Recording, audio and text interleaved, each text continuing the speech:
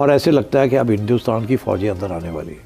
खतरनाक तरीन अपडेट्स हैं। भारत की जानिब से पाकिस्तान की सरहद पर हमला कर दिया गया है, पाकिस्तान की साइड के ऊपर। के पूरे पीओके को कब्जाने के लिए जो आर्मी ने इतने दिनों से प्लान बनाया था, आखिरकार उसे इजराइल की मदद से एग्जीक्यूट कर दिया। अफगानिस्तान ने बॉर्डर पे अफगान परचम के साथ इंडियन तिरंगा भी लहरा दिया है, यानी ये इस चीज का ऐलान किया है कि इस टाइम अफगानिस्तान के साथ इंडिया भी शाना बिशाना खड़ा है। रूस ने चाइना को जब कंट्रोल किया तभी भारत पीओके में घुस पाया और इस वक्त पीओके में लगभग 1200 किलोमीटर का इलाका भारतीय सेना ने कब्जा लिया है। इसका मतलब ये है कि ये जंग एक्चुअली हो गई है, शुरू हो गई है। बॉर्डर्स पे इस वक्त इंतहाई खतरनाक किस्म की सूरत हाल हो चुकी है इंडिया की तरफ से। ये लाइन ऑफ कंट्रोल कितने दिनों तक लाइन ऑफ कंट्रोल होगी, सबसे बड़ा सवाल तो ये है, क्योंकि थोड़ी देर पहले एक्सक्लूसिव बॉर्डर से हमें डिटेल्स मिल रही हैं और भारतीय फौज ने वादी लीपा मकबूजा वादी वाली साइड से आजाद जम्मू और कश्मीर के अंदर एलओसी के अक्रॉस भारतीय फौज ने पाकिस्तान की साइड के ऊपर हमला कर दिया है।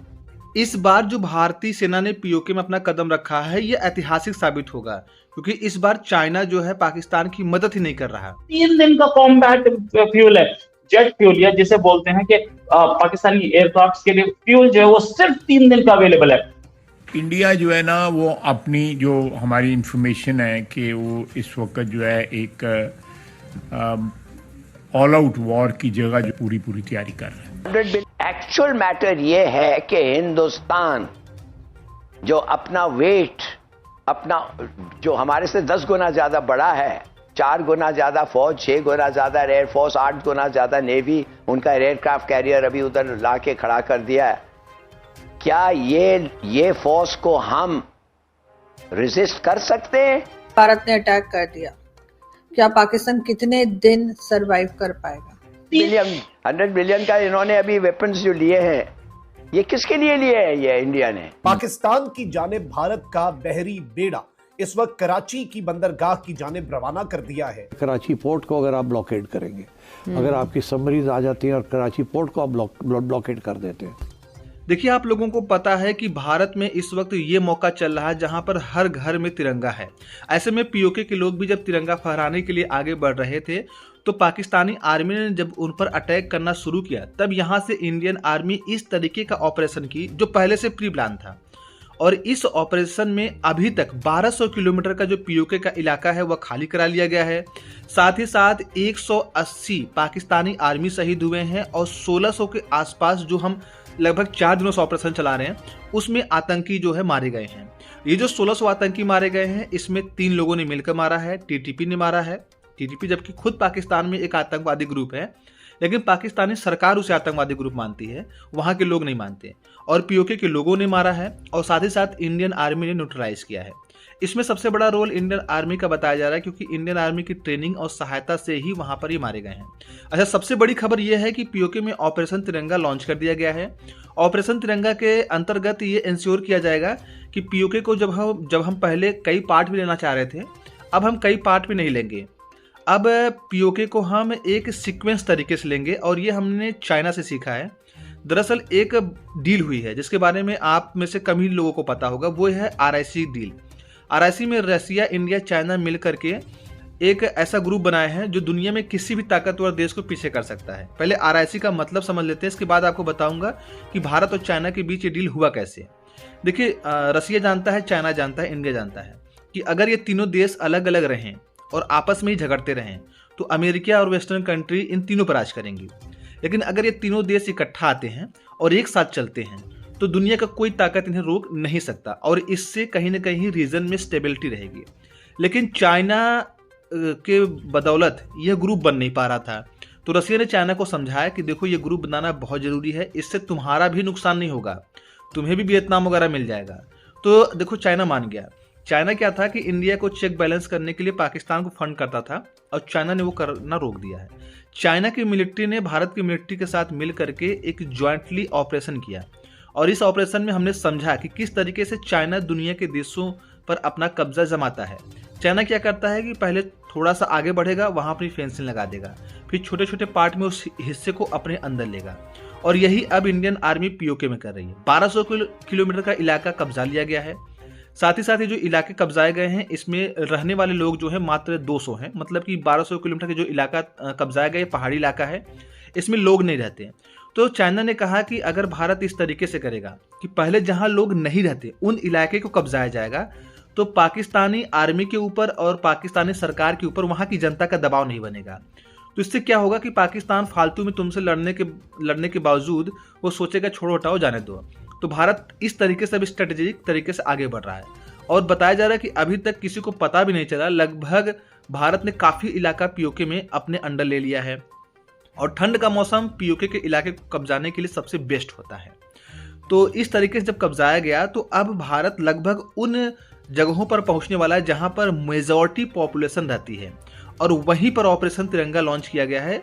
और ऑपरेशन तिरंगा के अंतर्गत हमें जो है अफगानिस्तान भी सपोर्ट कर रहा है। अभी वीडियो में आपको आगे अफगानिस्तान किस तरीके से हमें सपोर्ट कर रहा है उसका रिपोर्ट भी दिखाऊंगा। खतरनाक तरीन अपडेट्स हैं। भारत की जानिब से पाकिस्तान की सरहद पर हमला कर दिया गया है। पाकिस्तान की साइड के ऊपर LOC की वायलेशन कर दी गई है। इस वक्त मैं आपके सामने लेटेस्ट डेवलपमेंट्स और जो एग्जैक्ट डिटेल्स मेरे पास मौसूल हो रही हैं वो आपके सामने रख रहा हूं। कुछ एक्सक्लूसिव बॉर्डर से हमें डिटेल्स मिल रही हैं और भारतीय फौज ने वादी लीपा मकबूजा वादी वाली साइड से आजाद जम्मू और कश्मीर के अंदर LOC के अक्रॉस भारतीय फौज ने पाकिस्तान की साइड के ऊपर हमला कर दिया है। इस वक्त ताजा तरीन डेवलपमेंट्स हैं और इस वक्त भारत की जानिब से जो फायरिंग की गई है पाकिस्तान की साइड पर, ये आपको मालूम होना चाहिए कि पाकिस्तान के साथ भारत का सीज फायर एक एग्रीमेंट है। अब एक जानिब नाज़रीन किराम 22 तारीख को पहलगाम के अंदर हमला होता है, 23 तारीख को नरेंद्र मोदी ऐलानात करता है पाकिस्तान के खिलाफ कि हम ये सब कुछ कर रहे हैं और भारत के अंदर चूंकि इस वक्त भारतीय मीडिया वॉर हिस्टीरिया का शिकार है,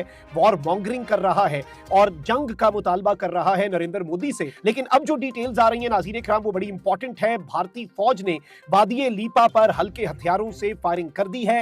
अफवाज पाकिस्तान के जवाब के हवाले से मेरे पास कुछ एक्सक्लूसिव डिटेल्स हैं और अब इस सब के अंदर मैं आपके सामने एक्सक्लूसिव डिटेल्स रख रहा हूं। एक जानिब तो पाकिस्तान की एयरफोर्स मुकम्मल तौर पर तैयार है और कॉम्बैट फ्लाइट्स की जा रही हैं, वहीं दूसरी जानिब भारत का जो INS विक्रांत है, जो नेवी का एक बहुत बड़ा इनका जंगी जहाज है, बहरी बेड़ा है, जिसके ऊपर इनके मिग तैयारे और गनशिप हेलीकॉप्टर्स जो हैं वो भी आ सकते हैं और पूरी ये परवाजें कर सकते हैं। इन्होंने वो भी इंडिया के साहिल से पाकिस्तान की जानिब फ्यूल है, जेट फ्यूल है, जिसे बोलते हैं कि पाकिस्तानी एयरक्राफ्ट के लिए फ्यूल जो है वो सिर्फ 3 दिन का अवेलेबल है।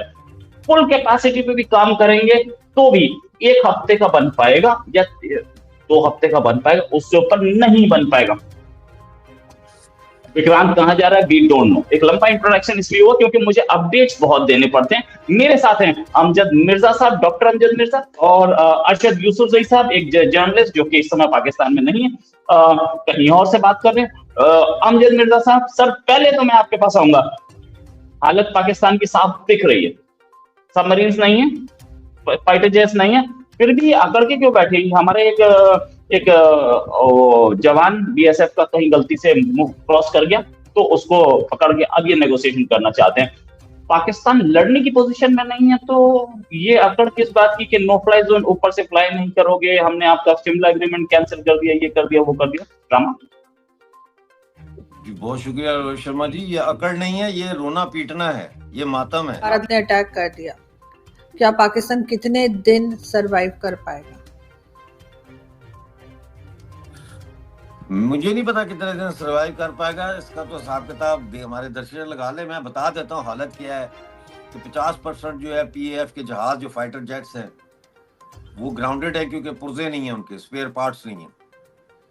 जो टैंक हैं और जो फौजी गाड़ियां हैं और एम्बुलेंसेस फौजी हैं और जो ट्रक्स हैं 3 टन ट्रक्स जो होते हैं उनके लिए जो है वो पेट्रोल और डीजल ही नहीं है इनफ। पाकिस्तान की फौज शदीद डिमोरलाइज हुई है बलूचिस्तान के जाफर एक्सप्रेस के वाक़े के बाद।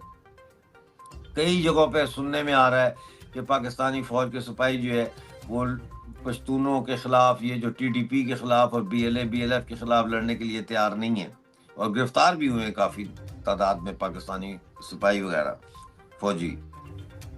सिंध में आपको मैंने बताया कितना गमगुस्सा पाया जाता है। POJK वाले जो है पिछले साल 3 लड़के मार दिए थे इन्होंने, वहां भी एहतजाज के दौरान। तो हर जगह पाकिस्तान, और फिर पंजाब, हाँ मैं भूल ही गया, देखो पंजाब जहाँ से पाकिस्तानी फौज का सबसे बड़ा सपोर्ट पंजाब से आता था, वो पीटीआई और इमरान खान ने वहाँ ऐसा उनका दिमाग घुमाया कि वो सब पंजाब जो है वो फौज के खिलाफ है, मिडिल क्लास वहाँ की औरतें, लड़कियां, लड़के सब।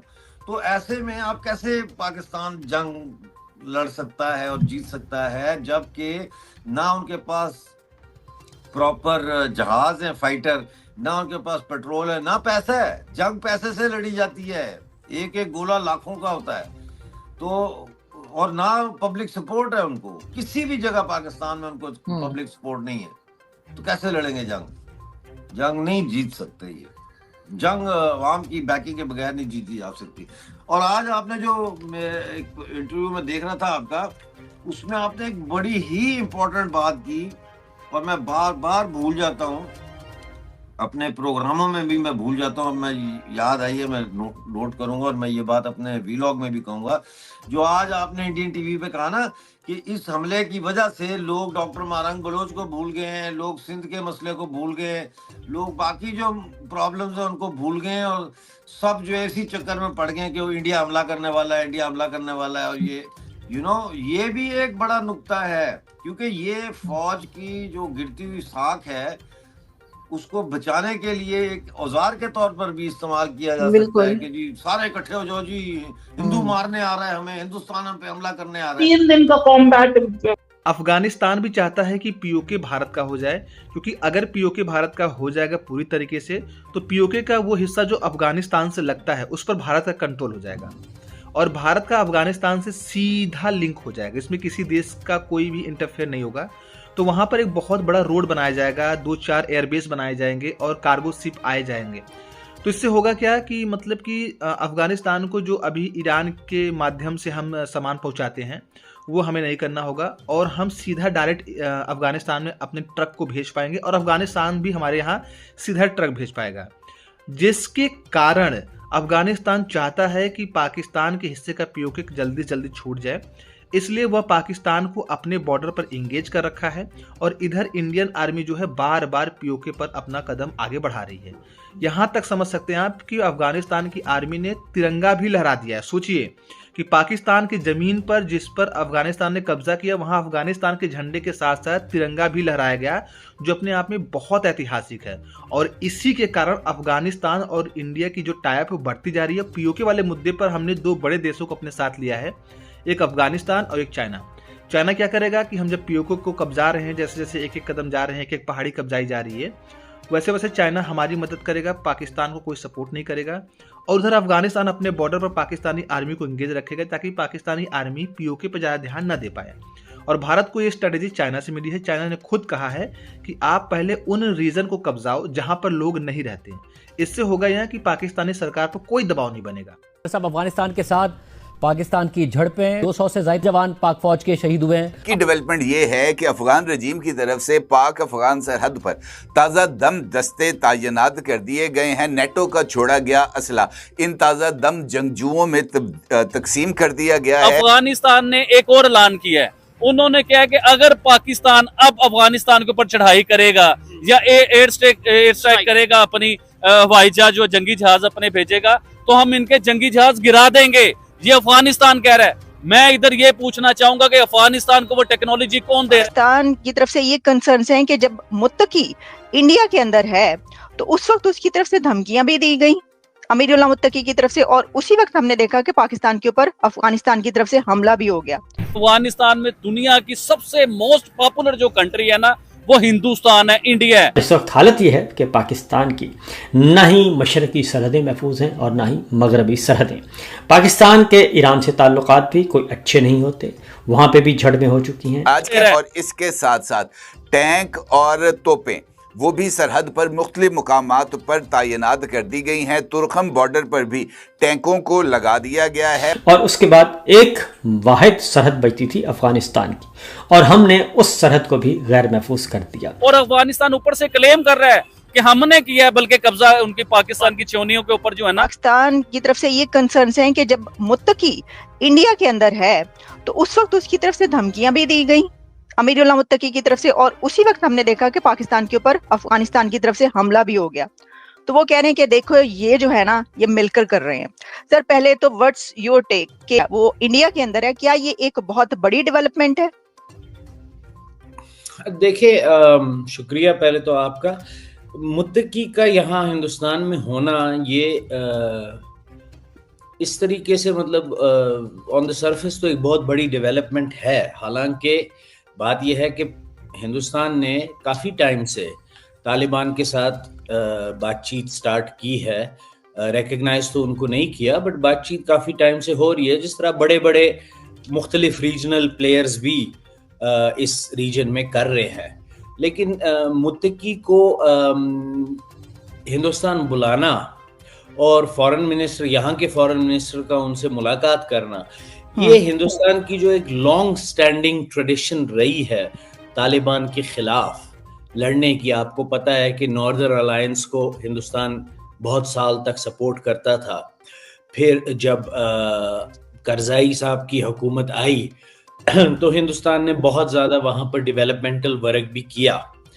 और फिर जब नेटो फोर्सेस चलेंगी, जब तालिबान, बहुत बड़ी खबरें हैं अफगानिस्तान पाकिस्तान को लेकर। खास तौर पे अफगानिस्तान के मिनिस्टर आमिर खान मुत्तकी जो इंडिया के विजिट पर मौजूद हैं, वहां पर जाके अभी खबरें ये आ रही है कि इंडिया ने बाकायदा अफगानिस्तान की हेल्प का ऐलान कर दिया है कि मुख्तलिफ फील्ड्स में वो अफगानिस्तान को हेल्प करेंगे। और पाकिस्तान के सोशल मीडिया पे कुछ विजुअल्स वायरल हो रहे हैं कि अफगानिस्तान ने अपने बॉर्डर पे अफगान परचम के साथ इंडियन तिरंगा भी लहरा दिया है। यानी ये इस चीज का ऐलान किया है कि इस टाइम अफगानिस्तान के साथ इंडिया भी शाना बिशाना खड़ा है। पाकिस्तान को आने वाले टाइम में इसके क्या मुश्किलात का सामना करना पड़ेगा। इसके अलावा पाकिस्तान के अगर इंटरनल मैटर्स की बात करें तो मजहबी जमातें सड़कों पर मौजूद हैं, खासतौर पे टीएलपी, और खबरों के मुताबिक इवन टीएलपी के मुताबिक 200 से ज्यादा लोगों की जानें जा चुकी हैं। इंतजामिया और टीएलपी आमने सामने हैं। इन सब चीजों पर बात करने के लिए हमारे साथ मौजूद हैं आबिद भाई। आपने अफगानिस्तान के साथ कहा कि इंडिया के परचम की आपने बात की, देखें मेरी बात सुने।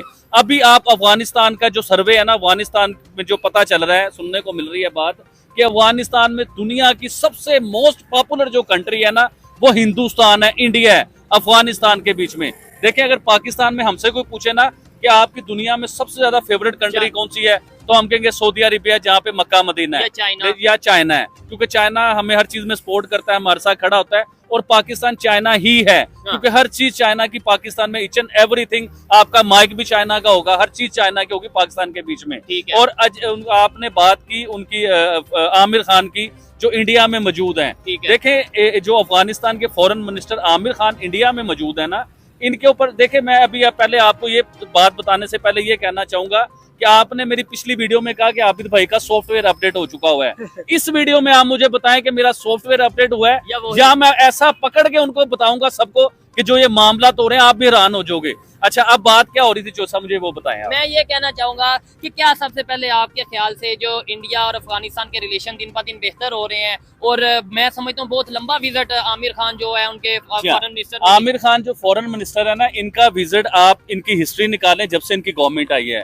इन्होंने मुख्तलिफ मुल्कों के दौरे किए हैं, मुख्तलिफ मुल्कों में गए हैं, लेकिन इंडिया का जो दौरा उन्होंने किया ना, सबसे तवील, सबसे लंबा, आज मेरे ख्याल से 7 या 8 दिन हो चुके हैं उन्हें हिंदुस्तान के बीच में। और अजय देओल, आपने नाम सुना होगा, सिक्योरिटी एडवाइजर है इंडिया के। उन्होंने बहुत से बयान दिए चीज को लेके। उन्होंने कहा जी कि तालिबान जो हैं, ये फिरका जो है ना, क्या नाम है उसका, देवबंद फिरका जो है ना, इसे बड़ा मानते हैं, इसे बड़ा पूछते हैं, इसकी बड़ी हर बात मानते हैं। तो उन्होंने प्रॉपर देवबंद फिरके का उन्हें विजिट भी करवाया। अच्छा, हिंदुस्तान में इतने दिन रहने का मकसद क्या था?